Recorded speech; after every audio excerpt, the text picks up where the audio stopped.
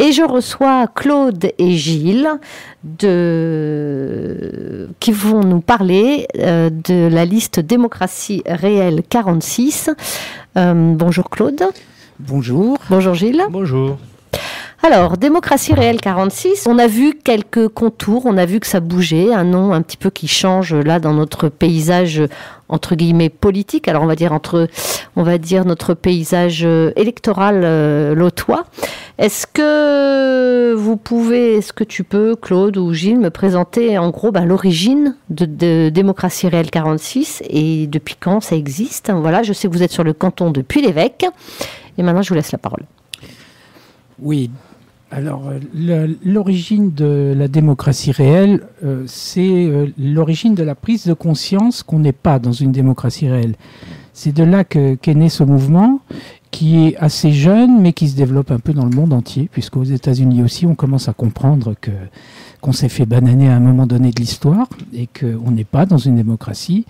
Et il y a un groupe qui s'appelle Démocratie réelle qui a présenté des candidats aux dernières européennes.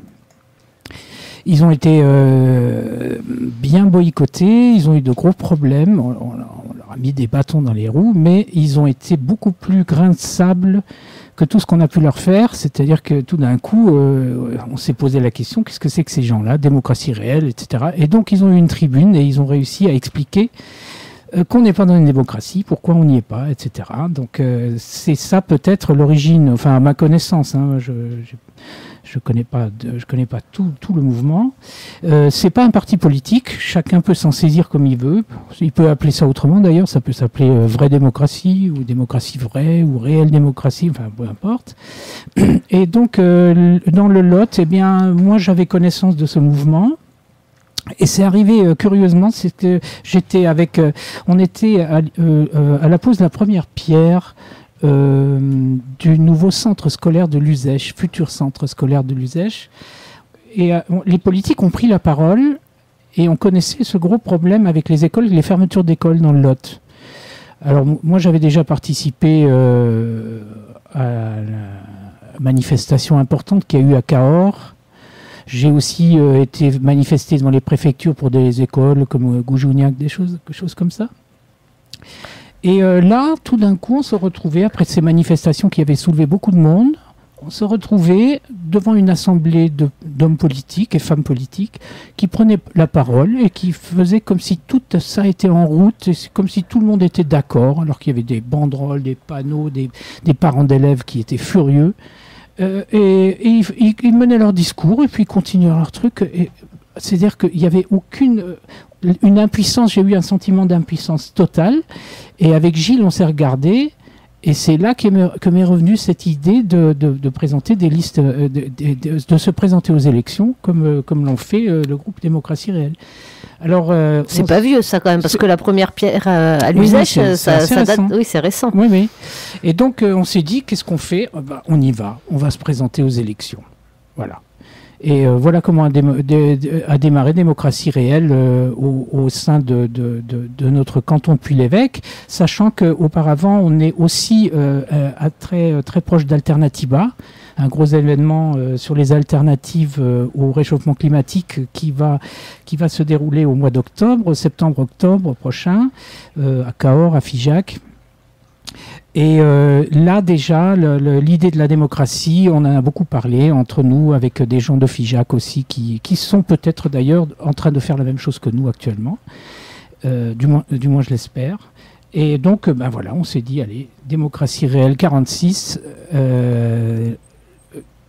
Puy-l'Évêque, canton de Puy-l'Évêque, voilà. Alors il y a une particularité, je crois, au niveau de la représentation démocratie réelle, c'est que vous êtes nommé au tirage au sort. À partir d'un groupe de personnes qui vous êtes rapprochés, où vous avez échangé, et donc après ça a été par un tirage au sort. Vous étiez combien à la base ? Alors, comme on a été assez pressé par le temps, on a monté un site. Et dans ce site qu'on a envoyé à plein de gens, on expliquait ce qu'on voulait, on cherchait des candidats à la candidature en fait. Hein.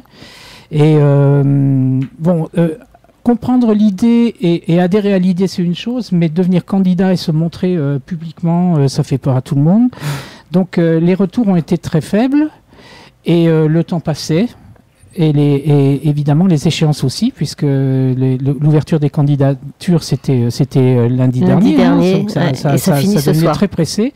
Donc on a pris le taureau par les cornes avec Gilles, on a téléphoné à droite à gauche à des gens qu'on connaissait, on leur a dit ouais tu serais pas intéressé, on leur explique, va sur le site, regarde comment ça marche, et puis si voilà. Et comme ça dans l'urgence on a quand même réussi à réunir une dizaine de personnes.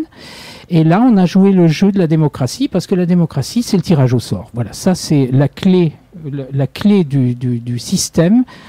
Démocratie, c'est pas élection, c'est tirage au sort. Donc, on a décidé, cette dizaine, c'est pas beaucoup, mais on a décidé que le binôme, c'est-à-dire l'homme et la femme qui doivent constituer le binôme qui peut se présenter aux prochaines départementales, serait tiré au sort parmi cette dizaine de personnes. On a fait ça et donc 2 personnes ont été choisies comme binôme. Et c'est moi, bien sûr, et Monique. Donc, alors, avant d'aller un peu plus loin dans la démarche de démocratie réelle, en fait, il y a quelque chose qui tu parles de tirage au sort, et en fait, vous avez procédé à un tirage au sort pour rentrer dans un système d'élection qui n'est carrément pas au tirage au sort. Ah non, c'est juste. C'est-à-dire que le système actuel est basé sur l'élection. Donc, ça veut dire sur la confiance. On nous présente quelques candidats et ils ramènent chacun leur programme, leurs promesses, et puis sur la confiance, on va dire, oh bah tiens, voilà, je vais dire un tel. Le tirage au sort, c'est pas ça. Le tirage au sort, on prend des volontaires ou pas, le plus possible de gens issus de la population, et on en tire au sort ceux qu'on a besoin pour pouvoir prendre les décisions. Donc c'est tout à fait un autre système, quoi. Alors justement, on parlait donc de programme. Quels sont les buts et objectifs de Démocratie Réelle 46 et qu'est-ce que un futur électeur, parce que là pour le coup effectivement on est quand même dans des élections, qu'est-ce que vous apportez de différent que ce qu'on a l'habitude de voir, d'entendre, etc. Mis à part le fait que vous avez quand même des têtes très honnêtes. Ça c'est gentil, merci. Alors c'est la vraie originalité, c'est qu'on n'apporte rien. Voilà. Ah bah oui, ça, moi c'est original. Voilà, c'est-à-dire que tous les autres apportent. Vous savez comment ils font, hein, on le sait tous, on le voit à chaque élection. Ils viennent prendre des bains de foule avant les élections. Ils posent des questions à tout le monde, ils serrent des pognes partout, et puis, alors, qu'est-ce qui vous ferait plaisir? C'est vraiment ça? C'est un peu comme si un gosse, on lui disait, tiens, le Père Noël, il va passer, qu'est-ce qui te ferait plaisir? Et alors, ils recensent, ils notent, et ensuite, tout ce qui ferait plaisir, et qui peuvent, ou même qui ne peuvent pas donner, parfois ils le savent, ils savent très bien que ça dépend de l'Union européenne, et qu'eux n'ont aucun pouvoir, ça fait rien, ils le marquent quand même, et ils mettent toute une liste de choses qui feraient plaisir aux gens. Donc en fait, Démocratie Réelle, il n'y a pas de langue de bois. Il n'y a aucune langue de bois et en plus, on n'a pas de programme parce que le programme, c'est pas aux hommes politiques de le faire. Ouais, c'est à la population, c'est aux citoyens d'établir le programme. C'est à eux d'avoir le pouvoir déjà et non pas de le donner à quelqu'un d'autre. Et une fois qu'ils l'ont, c'est à eux de prendre les décisions et de dire, voilà, ce qui nous embête, c'est qu'on ne veut pas de fermeture d'école, par exemple. Si je peux me permettre, c'est aussi le désir de casser ce mécanisme de clientélisme qui est qu'en fin de compte, la plupart des programmes sont un peu formatés sous couvert effectivement d'une campagne électorale. On propose une enveloppe, on va dire, de projets, mais qui sont souvent en fait très peu menés à bout puisque la participation, en tout cas des électeurs, devient absente après la dépose du bulletin.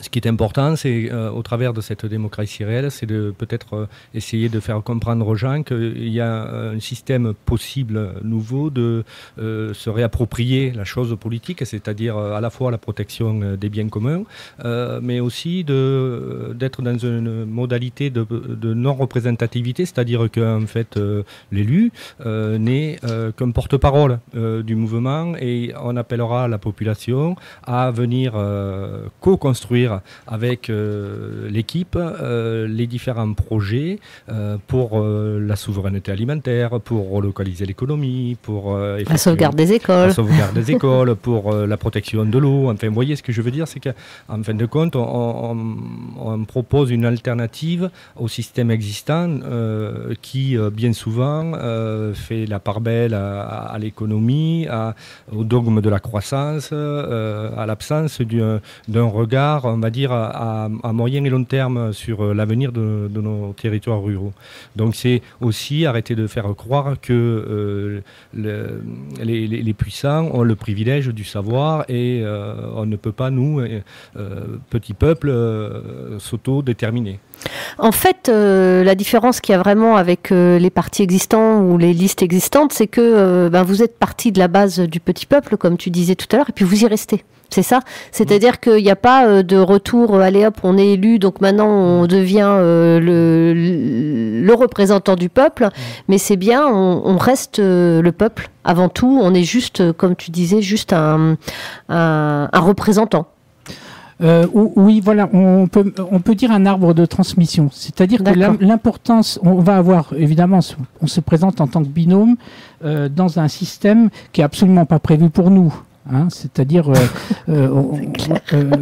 ça suppose quelques aménagements. Hein. Donc on est obligé de se mettre en avant parce que les gens sont habitués à voir des têtes d'affiche et donc on est obligé de se mettre en avant maintenant pour se faire élire.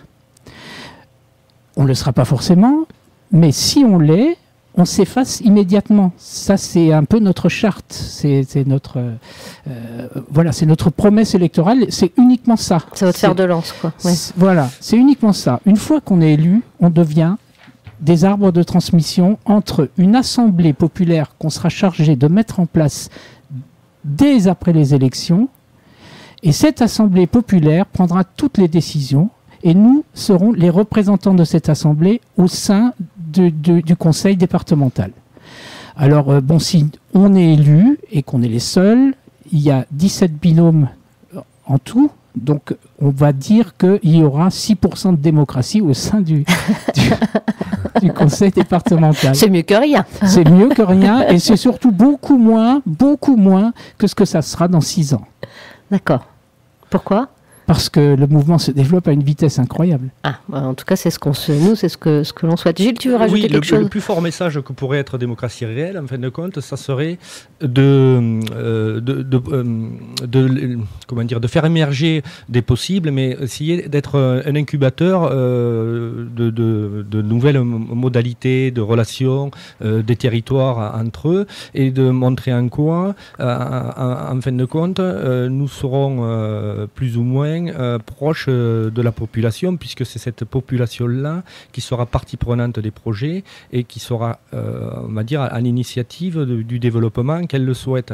Donc l'idée, c'est quand même d'être un peu plus proche des gens pour avoir un système qui les séduit sur le fond, puisque leur participation déterminera l'aboutissement et l'action qui s'en suivra. Donc réimpliquer les gens, les responsabiliser et comment dire, leur apporter, on va dire, d'autres vertus à la chose politique. C'est renouveler cette image-là de la défiance que l'on a dans les élus, puisque nous ne serons pas, nous, des prêts-à-penser, et ça sera la population qui sera capable de s'autodéterminer.